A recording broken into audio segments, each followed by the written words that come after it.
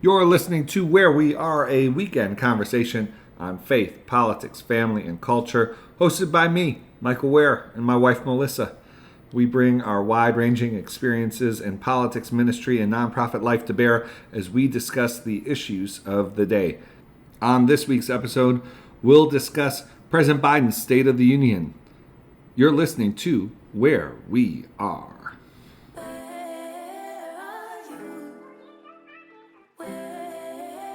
This is Where We Are. We are the Wares. I'm Michael. I'm Melissa. Hi, Melissa. It's Oscar weekend. Oh, I totally forgot. You've been waiting for a long time. Yeah, and I forgot. And it's also, Hammer time. we're springing forward. It is hammer time. We're also springing forward. If you're listening to this now. I forgot about that too. Yeah, I know. I'm sorry to be the bearer of both good I'm and bad so glad news. you're home this week so that I'm not alone in our children being up at the crack of dawn. Yes, it's going to be a rough one. But for listeners, that means you get to listen to this podcast 1 hour earlier than you otherwise would. And so, you're welcome. Melissa, anything else you want to chat about before we get to the State of the Union? No. We did take the girls to a arts thing. That sounds so exciting, Michael, the way that you just presented. Well, I was This is not. an arts I thing. was not thrilled. I get. We go. We sit down, and you're just like, I'm gonna go get us coffee. Meanwhile, I'm there doing arts and crafts with these. Claws. Absolutely, these claws, these motor skill deficient. You are like a T-Rex. I am like a T-Rex, but Big head, little arms.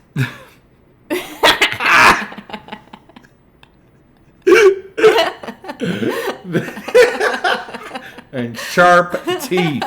I could take you. The girls do have so the guy running it seemed very up to the task, very probably assuming he came from the Maryland College of Art. I'm assuming that's a great like volunteer opportunity. He said what we were making. Have no idea. I mean, We did made it for, clay coil pots. Is that the word coil? Yeah, coil pots. They're Okay. a certain medium of making pots. Oh, Yeah, right. I remember making Well- them when I was in art class in like elementary school. Okay, I remember getting kicked out of art class. But both the girls, to my credit, have coil pots. Whether they're the most They kind of fell beautiful, apart in the car on the way home, oh, Michael. So we're gonna have to you deal with did that. not need to tell me that. So you're saying I wasted my time? You were with your children bonding. Okay, before I get into any more trouble, let's move on. Just a very brief primary update. The primaries are over, so there's that. Bye to the primaries. People will still be voting, but after Super Tuesday was last week, no real surprises. I think like 5,000 people voted in Vermont, and a slim majority voted for Nikki Haley, so she did win. She's the first woman to win a Republican presidential primary, and then she dropped out the next day. Donald Trump swept the rest of the states. It's kind of a baller move. What? Be the first woman to win in a primary and then just be like, yeah, see ya. Yeah, no, I mean, it was... I'm out. Yeah, I mean, and she did not endorse Trump. She did not. She said that Trump should ask for and earn the votes of her voters and of folks who do not support him, which, 25 or so % of Republican primary voters did support someone other than Donald Trump. But what that allowed for, so Super Tuesday, really it meant the State of the Union was the kickoff of the general election campaign. And my goodness, did President Biden treat it like that. On last week's episode, I mentioned, re-election campaigns are just different. The different animals. And I pointed folks back to the difference between the 2008 and 2012 campaigns for Barack Obama. And I believe if you roll the tape on that episode, they're much more about about the base.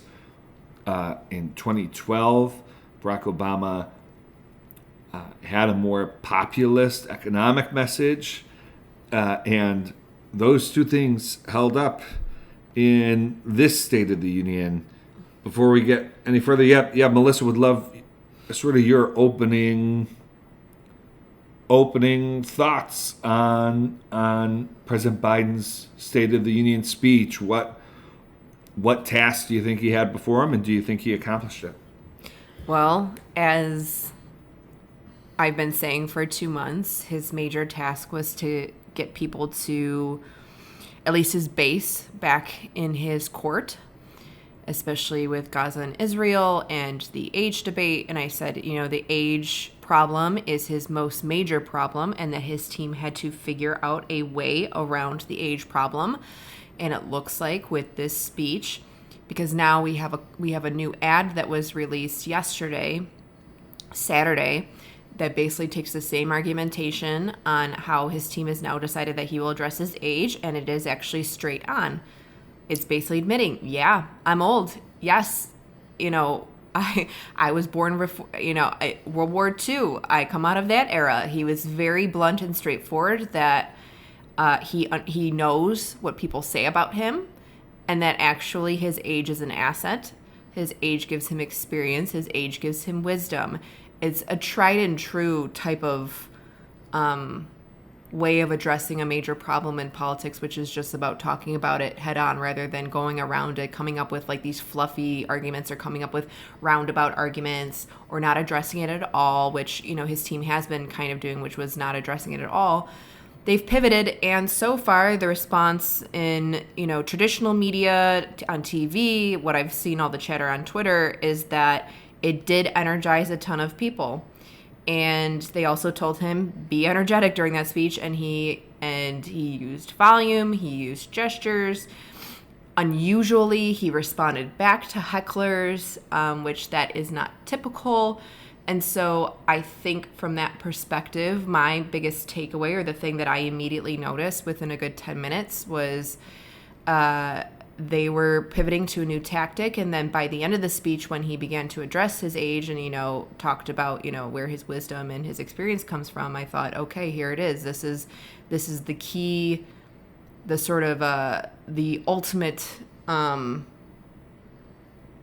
point that I think that his team was trying to drive home. Now, I mean, there are a bunch of other things for us to talk about here, Michael, that you and I both noticed, you and I both disagree on, you and I agree on when it comes to the various bits that were in this speech and that what happened and how it was received and that whole thing. But that's my number one takeaway. What do you think? Yeah, I think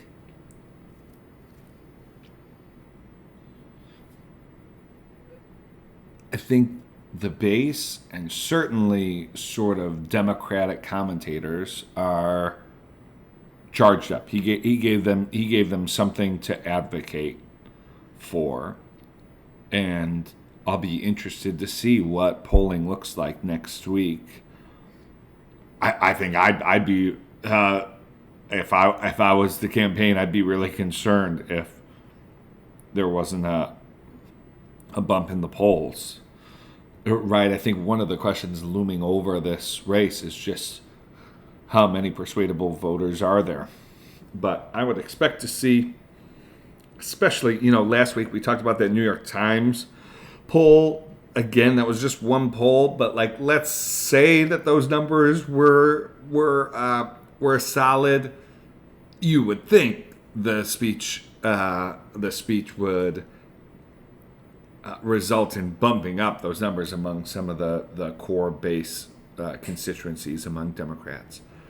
I thought it was very interesting that he opened up with Ukraine, really putting a spotlight there had been some talk about, talk about a number of things. Talk about whether Ukraine even has a chance, or whether Ukraine really can hold up against Russian military.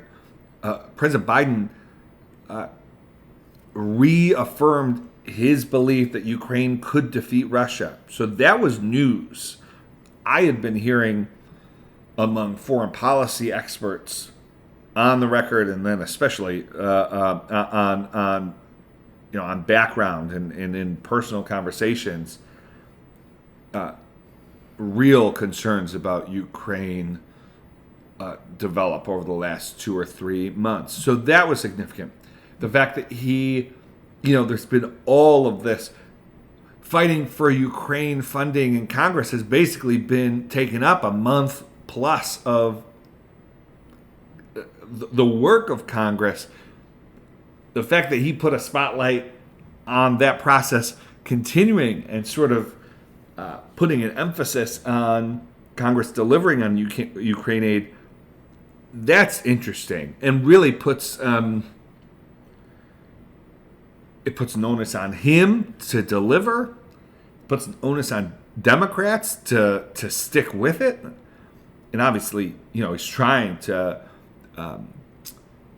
put some pressure on Republicans. And then that's the third thing I'd say about putting Ukraine up front, is it's an issue on which the Republican Party is significantly divided. And so that was maybe, the smartest sort of political reason to start with that, is it exposed differences between Donald Trump and significant Republican congressional leadership. So I thought that was interesting. I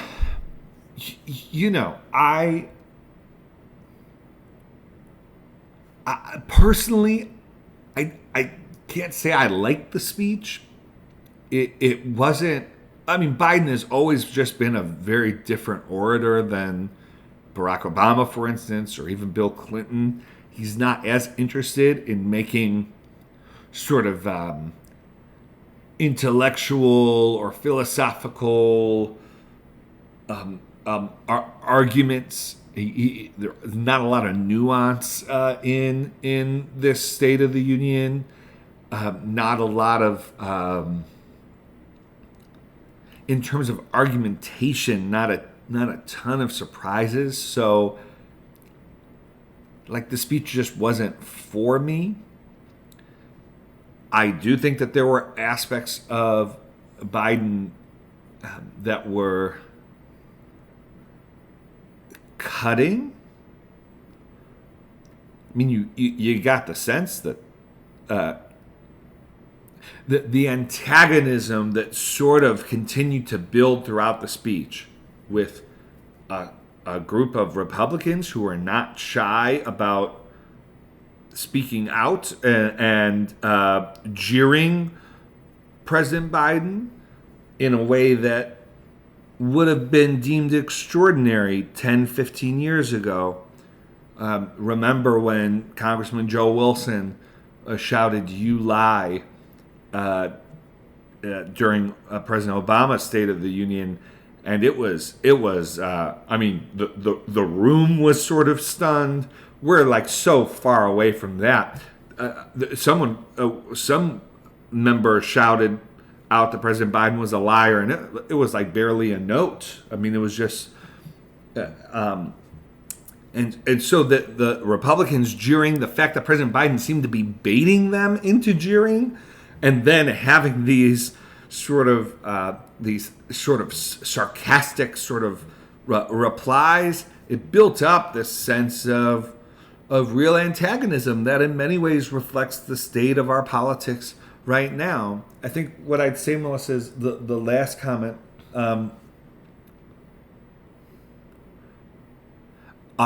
Robert Kennedy Jr., he put out his own State of the Union that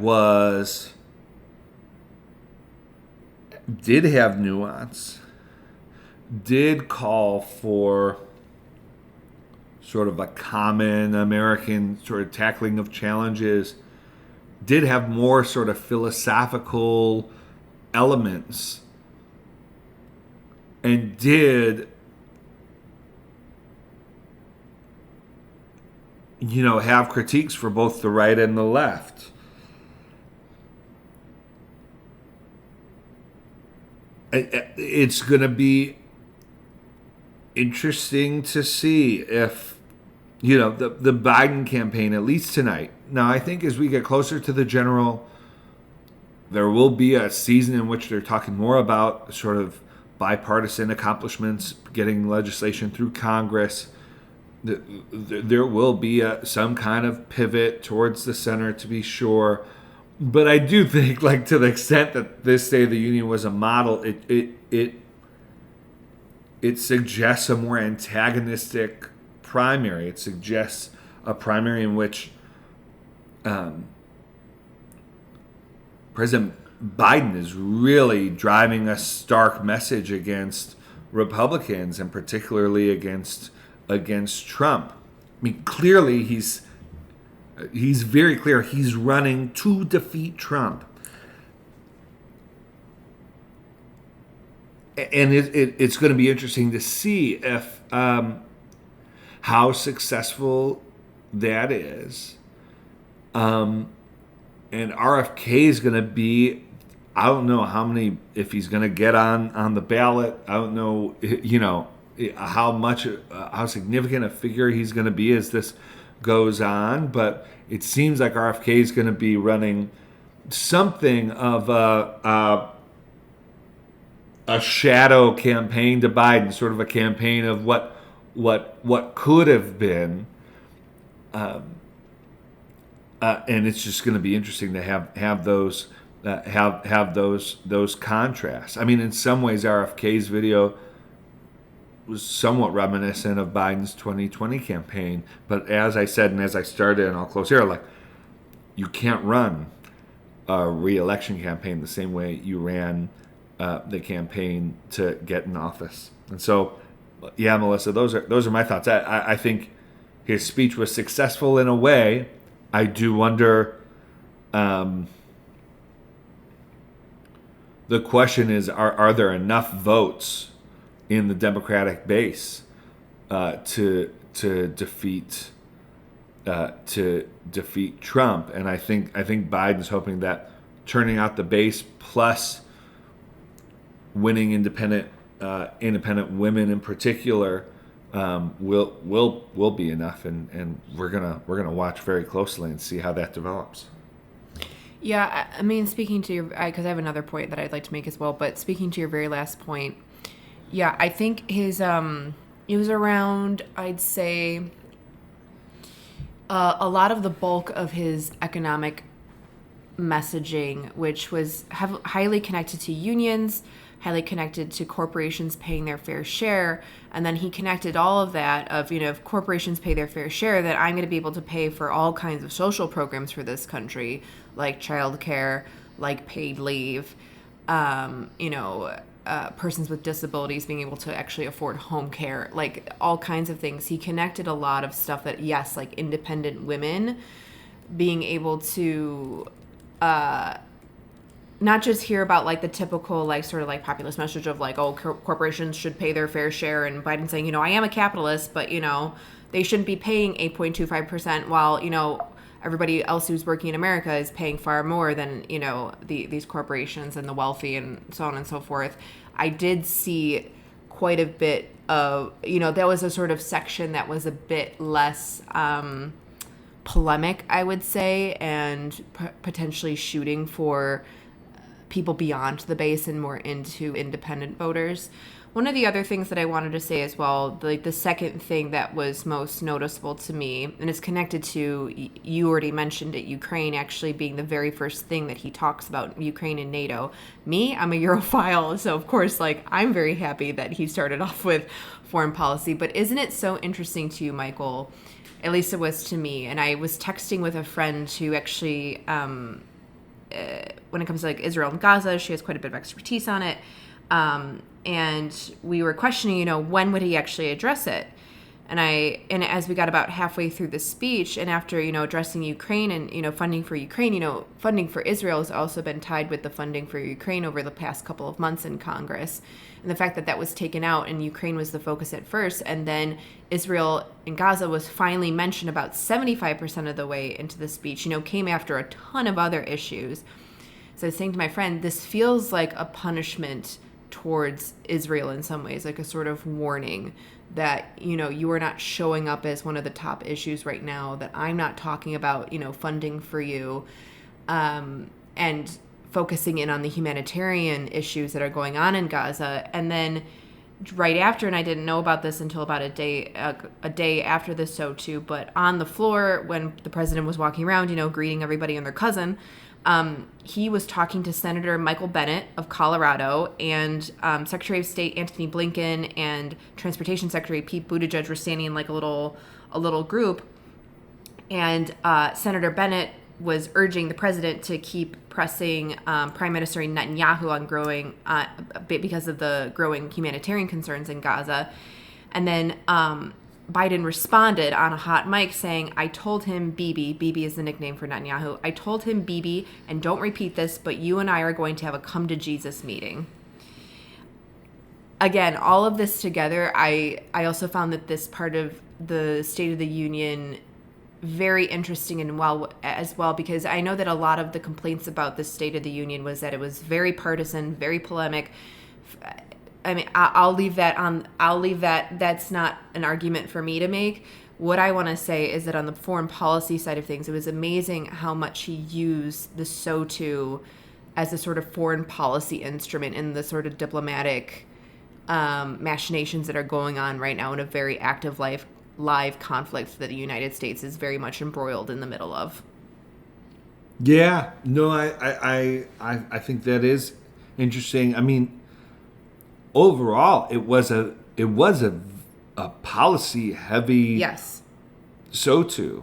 So, for all the talk, which I think is somewhat justified, I agree with you. Sort of whether it's the most polemic, the most okay.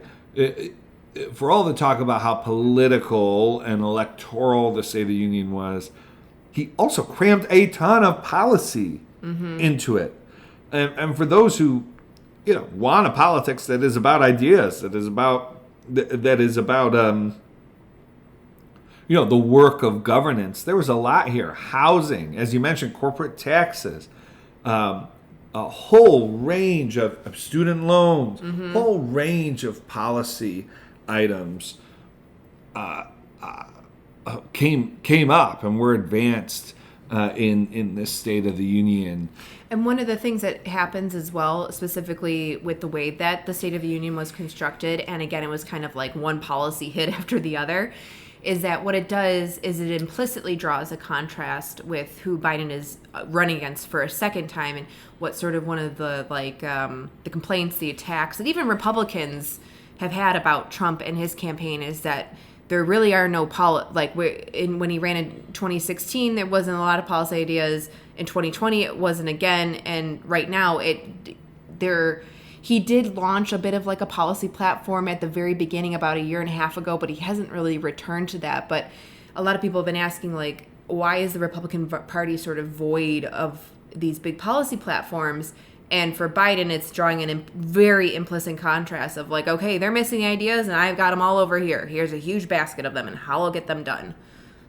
Yeah, no, I mean, I wouldn't expect the Republican Party to have a platform again. Yes, that's what I'm thinking too. And it's drawing a big difference for the people who do want that. But there are plenty of voters who that's just not where their what they're thinking to vote of. It lies. But it does, it does make it possible for President Biden to say things like, well, Republicans want to, take away Social Security, which he did have a Social Security attack. Now, as David Brooks pointed out, Donald Trump has actually been very clear. He doesn't want to make changes to Social Security, But because the Republican Party doesn't have a platform, Yeah, because Donald it's Trump kind of isn't like- advancing one, Biden can kind of pick and choose which Republican leaders he's going to, attach their policies to the Republican Party and his opponents at large. And we saw that at the State of the Union. Melissa, I do want to talk about the response briefly. But anything else you want to say about the State of the Union before we move on? One other thing that I found fascinating, 'cause I had a problem with it. There was a section, and again, it was Biden trying to respond to a heckle. Because let me back up a little bit. I went back and I read President Trump's State of the Union speeches, because I was hearing about, I was trying to read the arguments of this was the most polemic speech I've ever heard, State of the Union speech I've ever heard. This was the most political or the most partisan State of the Union speech I'd ever heard. And I said, well, hold up. We had President Trump at one point in time. Let me just go back in, because I couldn't remember actually a heck of a lot. In pretty much all of the speeches, and there was one. It was the 2020 speech, so an election year speech. So that's probably why it was a bit different. In two different sections in that speech, he talks about illegal immigrants just going around and just murdering people in the country and being part of gangs and just gangs infiltrating this country. It was like in two different areas, like significant paragraphs dedicated towards this issue. And so when President Biden kind of got to this section of the State of the Union, the border, immigration, of course it was going to come up because it's been a huge issue in Congress the past couple of months. He got heckled about this young woman who has recently been murdered by somebody who was undocumented. And he, in a response to that person, he basically said like the term the illegals. And and this isn't like a new thing. Long-standing. This has been long-standing, 15 years, when I started noticing the ways in Europe that illegal, undocumented immigrants were talked about. And I immediately bristled, like, and he's obviously talking about a murder case here, so the grief of a family, so I had just major problems of just how the exchange just cheapened that grief that family must be feeling, how he played into a playbook that, I would hope that he doesn't believe in or like the way that it is talked about and addressed. But I saw on Twitter, a couple days later, because a bunch of people commented like, I really, that was awful, especially a lot of immigration advocates just talking about how that was just an awful, awful section and something awful that happened during the speech. And then a few days later, I saw people going, I can't believe people are still more concerned about language than they are about policy. This is where the leftists have gone. They're always just worried about language all the time. But now Biden, he was either coming off of a plane or going on a plane. He was interviewed by a bunch of reporters. He went and answered their questions. Again, another thing where he's becoming a lot more open to answering reporter questions, I've noticed as well. Yeah.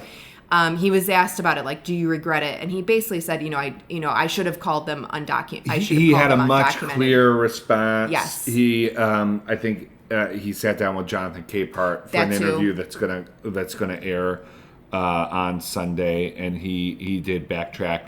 I think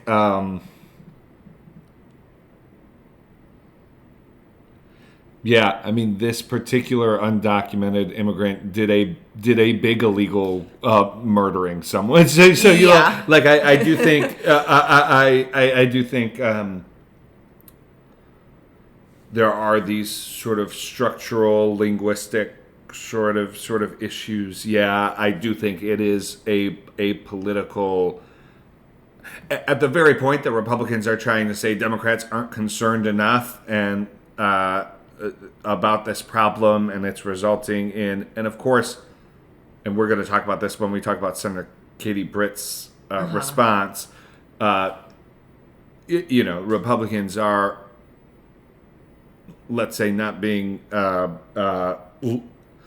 Some of the rhetoric is not level-headed, to say the least. But at the very point that Republicans are trying to prosecute this case, the Democrats have sort of brought their failed border policies are putting ruin to our cities, et cetera, et cetera. yeah. I do think there's something to be said of, like, maybe not prosecute the linguistics for this particular undocumented immigrant. No. And I hear you on that one. And the reason why I bring this up is for my ultimate point here to be that because President Biden participated in responding to these hecklers throughout this speech, this is a place where he slipped up, and it just, no matter, the outcome here is that it happened and it upset a lot of people.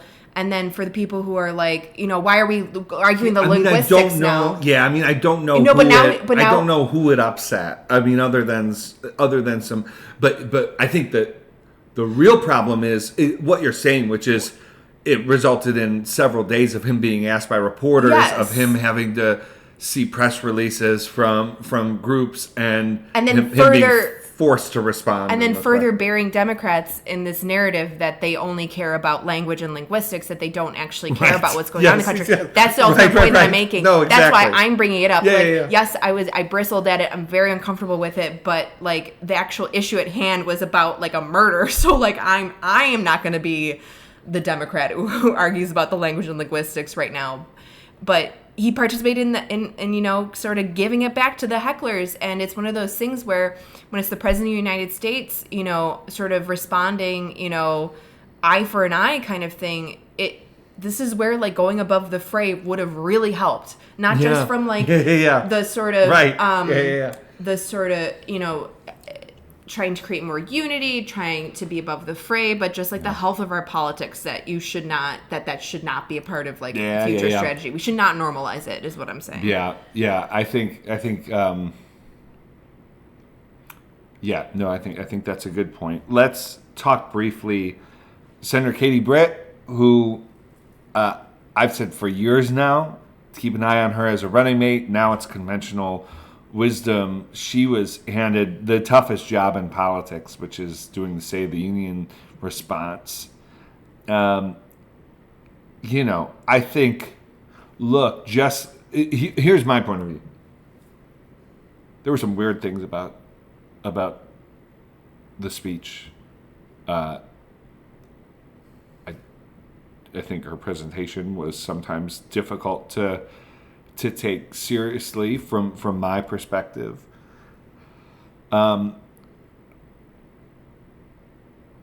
She has, it seems, significant, if not lie, if not intentional lie, really significant factual error, and that she tells of this story of a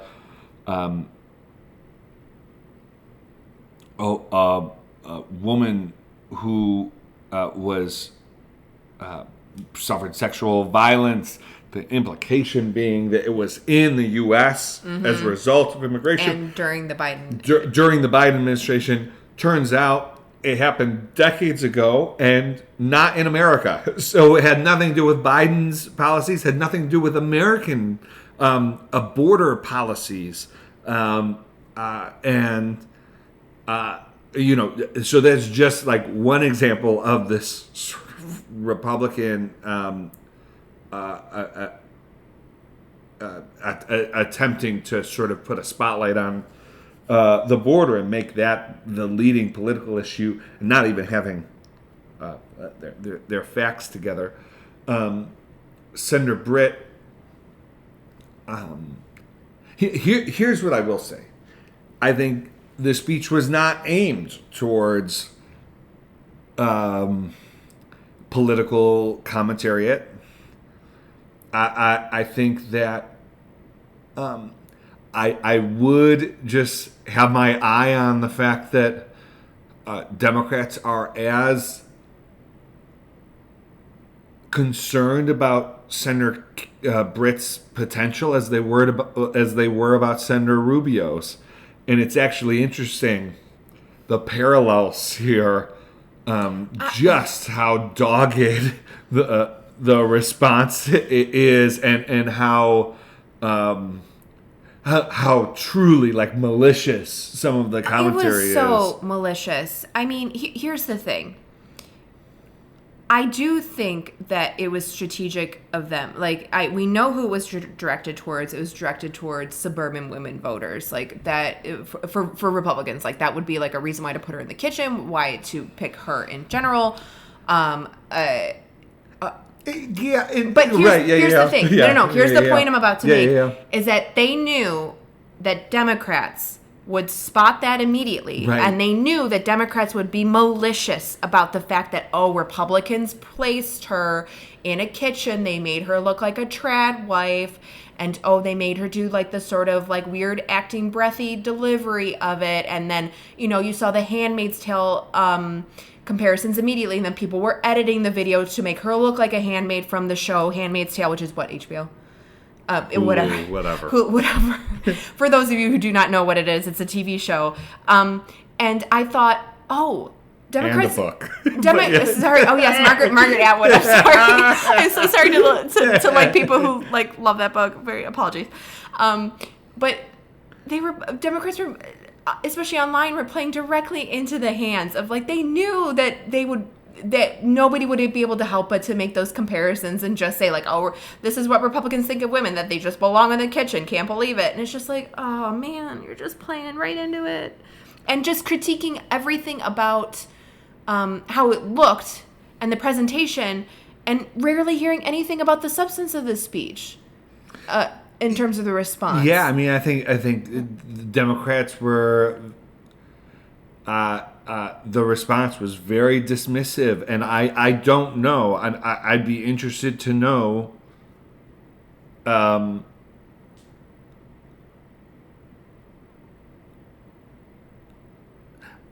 My thought would be that people at home who aren't sort of deep into sort of the zeitgeist. Thought, well, this is like kind of weird, but she's talking about issues I'm concerned about too, and she seems like a woman that I would know, like in my life. And yeah, Michael, you want to know what I would want to do? I'd want to take those independent women voters that we were talking about that Biden's speech might, have appealed towards, put them in a focus group in a room.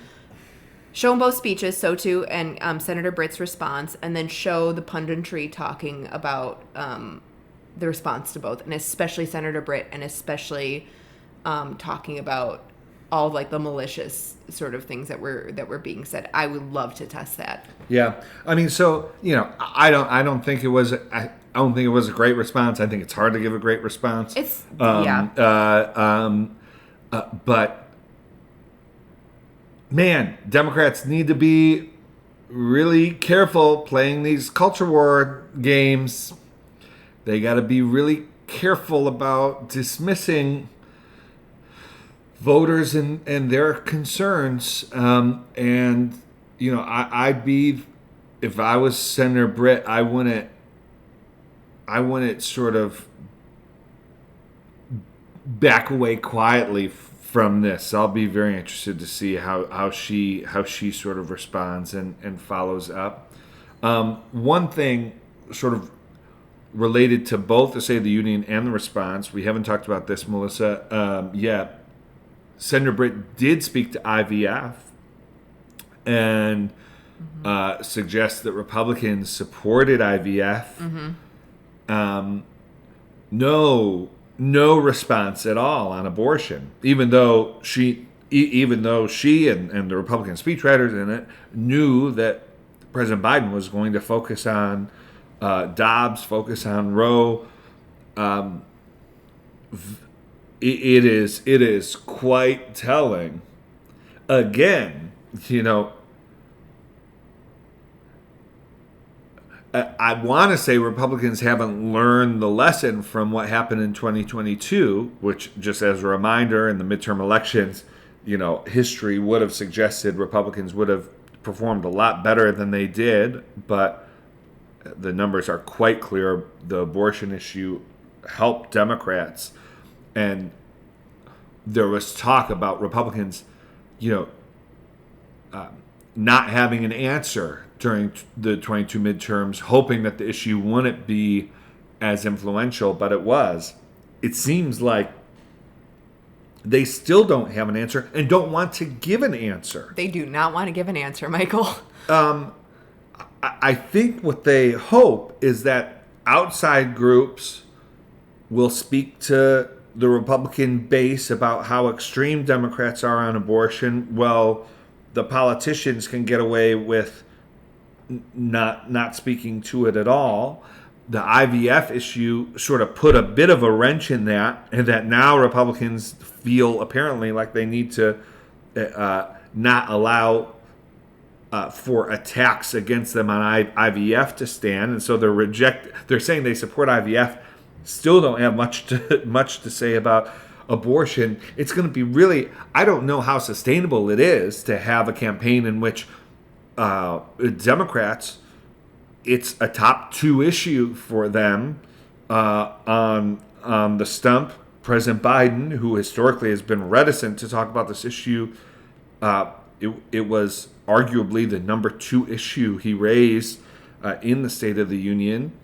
He's been talking about it in events since the State of the Union, featuring it pretty significantly.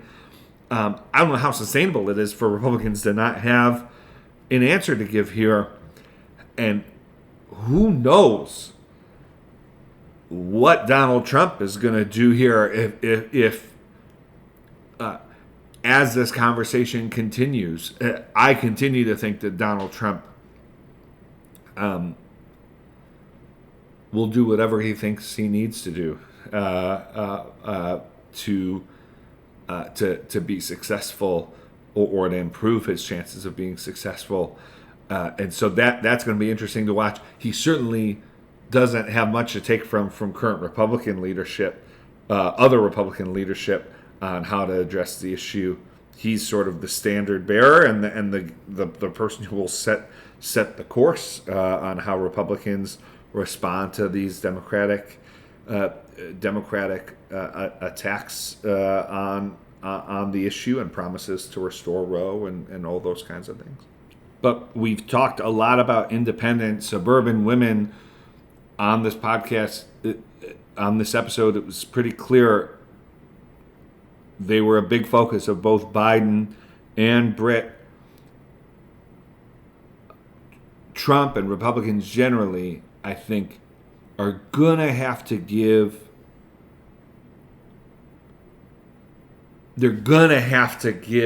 voters some kind of moderate women voters, some kind of positive language, something. What is the rationale? What is the response here? Even if it's just, some kind of forceful, Democrats are fear-mongering on this, or but the sort of silence, I think, that's the best way for Republicans to seed a part of the electorate that I think is going to help determine the outcome of this election. And so, friends, we're in March. The general election is relatively set. At least the 2 party nominees. I think President Biden has, with the State of the Union, has made clear he's running. I think you're going to see calls for and questions about his fitness, at least among Democrats, really die down. And so this is the general election. Again, at least the 2 party nominees. What I'm interested to see is, or one of the things I'm interested to see is, can RFK get on the ballot? Is there a no labels candidate? Is Cornel West? What does the Green Party look like? What's going to happen there? But the 2 major party nominees are set. Will they be fighting over independents, or will there be third party candidates that take a portion of the independents so that Democrats and Republicans are really even more focused on their base. Interestingly, and this is just a thought, Melissa, that I'll leave it with. I think people, it is very possible that a robust, independent, third-party effort could make both of these campaigns more extreme, not less. I was just about to say, this will feel like the second primary of that is a general. Yes. If there's a candidate who is, let's say RFK runs and he's pulling 10, 15% of voters, so no threat at winning, states, but if there's someone who's attracting these more independent voters, potentially more moderate voters, both the Biden and the Trump campaign are going to have to say, well, look, we could either compete there and really focus there, or at least they're not going to my other main opponent, and so I just need to turn out voters that are going to be with me, and we'll talk about that, I'm sure, in future episodes. All right, let's land the plane there. So good to be with you. Thanks for listening. Leave a review on iTunes, Spotify, wherever you listen. It really helps us out. Share the podcast with friends. We really appreciate it, and would so love for you to pick up a copy of The Spirit of Our Politics at a book retailer near you, wherever you get books from. Melissa, I think that's all we have. You've been listening to Where We Are. Bye.